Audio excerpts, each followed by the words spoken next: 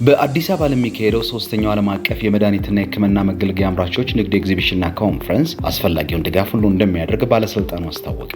ጥር 14 2018 ዓ.ም ከፌዴሬሽን ኦፍ አፍሪካ ፋርማሲውቲካል አሶሲዬሽን እና ከኢትዮጵያ መድኃኒትና የሕክምና መገልገያ አምራቾች ማህበር የተወከሉ አዘጋጅ ኮሚቴ አባላትን ተቀብለው ያነጋገሩት የባለስልጣኑ ዋና ዳይሬክተር ሄራን ገርባ እንደተናገሩት የአፍሪካ የመድኃኒትና የሕክምና መገልገያዎች ማኑፋክቸሪንግ የንግድ ኤግዚቢሽንና ኮንፈረንስ ለሀገራችን ትልቅ ዕድል ከመሆኑ ባሻገር የሀገር ውስጥ የመድኃኒት አምራቾችን ያነቃቃል ካሉ በኋላ ለኮንፈረንሱም ስኬት ባለስልጣን መስሪያ ቤቱ አስፈላጊውን ድጋፍ ሁሉ እንደሚያደርግ ቃል ገብተዋል። ባለስልጣን መስሪያ ቤቱ የሀገር ውስጥ የመድኃኒት አምራቾችን ለማበረታታት ከፋብሪካ ግንባታ ዲዛይን ጀምሮ አስፈላጊውን ድጋፍና ክትትል ያደርጋል ያሉት ዋና ዳይሬክተሯ በቀጣይም የመልካም የመድኃኒት አመራረት ስርዓትን ያላሟሉ ጥቂት የሀገር ውስጥ የመድኃኒት አምራች ፋብሪካዎችን በአጭር ጊዜ መስፈርቱን እንዲያሟሉ ድጋፋዊ ክትትል ይደረጋል ያሉት ዓለም አቀፍ ኤግዚቢሽንና ኮንፈረንሱ የአፍሪካ የመድኃኒትና የሕክምና መገልገያ አምራቾች ገበያ እንዲያገኙ እድል የሚፈጥር ሲሆን የአፍሪካ አምራቾች በጥራት ተወዳዳሪነታቸውን እንዲያሳድጉ እንዲሁም ከአበዳሪዎች ጋር የመገናኘት እድላቸውን ከፍ እንደሚያደርግ ተገልጿል።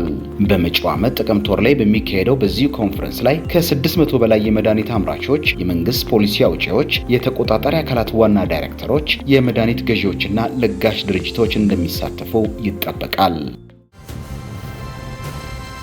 የኢትዮጵያ ምግብና መድኃኒት ባለስልጣን በሀገሪቱ ያለውን የመድኃኒት ቁጥጥር ስርዓት ይበልጥ ለማዘመንና መረጃዎችን በተቀናጀ መልኩ ለመያዝ የሚያስችለውን የመድኃኒት ዳታ ዲክሽነሪ ወይም መዝገብ መመሪያ ላይ የሚመክር አውደ ጥናት አካሄደ። የባለስልጣኑ ዋና ዳይሬክተር ሄራን ገርባ በአውደ ጥናቱ መክፈቻ ላይ እንደገለጹት ኢትዮጵያ ባለፉት ዓመታት አስደናቂ የኢኮኖሚና ማህበራዊ እድገቶችን ያስመዘገበች ሲሆን በጤናው ዘርፍም ከፍተኛ ምርታ አሳይታለች።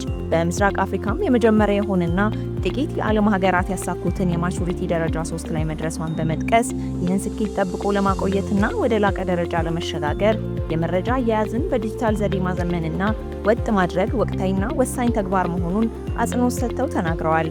በጤናው ዘርፍ የሚገኙ የተለያዩ የዲጂታል መረጃ ስርዓቶች እርስ በርስ አለመናበባቸው እስካሁን ድረስ እንደ ትልቅ ተግዳሮት ሲጠቀስ ቆይቷል።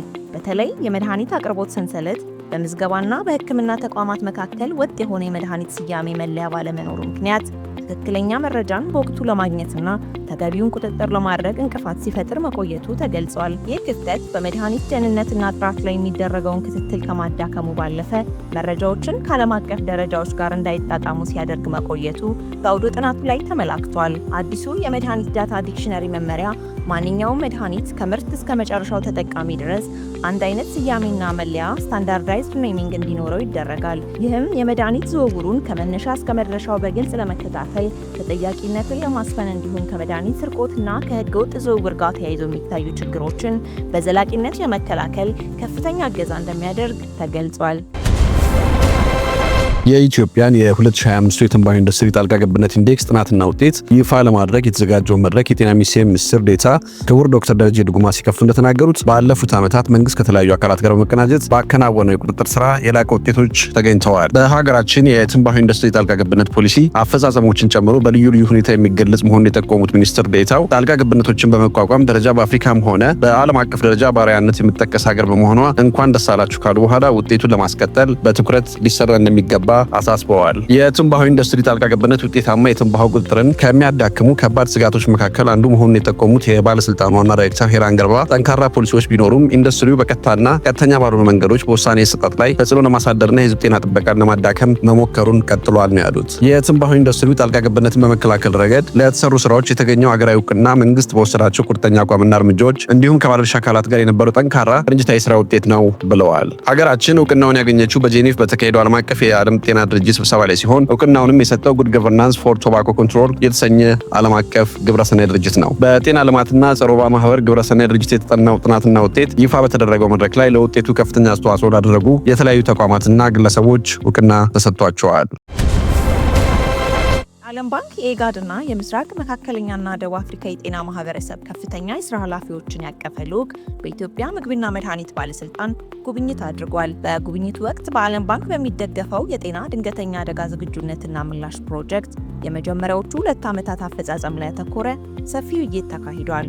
የባለስልጣኑ ዋና ዳይሬክተር ሄራን ገርባ ልዑኩን ተቀብለው ባነጋገሩበት ወቅት ባንኩ ለቁጥጥር ስርዓቱ መጠናከር እስካሁን ላደረገ ሁለንተናዊ ድጋፍ ምስጋናቸውን አቅርበዋል። ባለስልጣኑ በቅርቡ የዓለም ጤና ድርጅት ማቹሪቲ ሌቭል 3 ወይም ደረጃ 3 ማሳካቱን የኢትዮጵያ የቁጥጥር ስርዓት በዓለም አቀፍ ደረጃ ተአማኒ እንደሚያደርገው በውይይቱ ላይ ተገልጿል። ይህ ታሪካዊ ስኬት የተመዘገበው በባንኩ ድጋፍ የላቦራቶሪ መሰረተ ልማቶችን በማዘመን የሰው ኃይል አቅምን በመገንባትና የስራ ሂደቶችን በማቀናጀት እንደሆነ የተገለጸ ሲሆን በአሁኑ ወቅት በላቦራቶሪ በ48 መለኪያዎች የአይኤስኦ እውቅና ማግኘታቸውም ተጠቅሷል። በዓለም ባንክ የጤና ስነ ምግብና ስነ ህዝብ ከፍተኛ ስፔሻሊስት አቶ ጸጋን ሀምሳሉ በበኩላቸው ባለስልጣኑ ባስመዘገበው ውጤት ባንኩ ኩራት እንደተሰማው ገልጸው የፕሮጀክቱን የሀብት አጠቃቀም በማሳደግ የታቀዱ ተግባራትን በጊዜ ገደባቸው ለማጠናቀቅ የሚደረገው ጥረት ተጠናክሮ እንዲቀጥል አሳስበዋል። በመድረኩ ማጠቃለያ ላይም የኢትዮጵያን ተሞክሮ በቀጠናው ለሚገኙ ሀገራት በማጋራትና የቁጥጥር ስርዓቱን በጋራ በማዘመን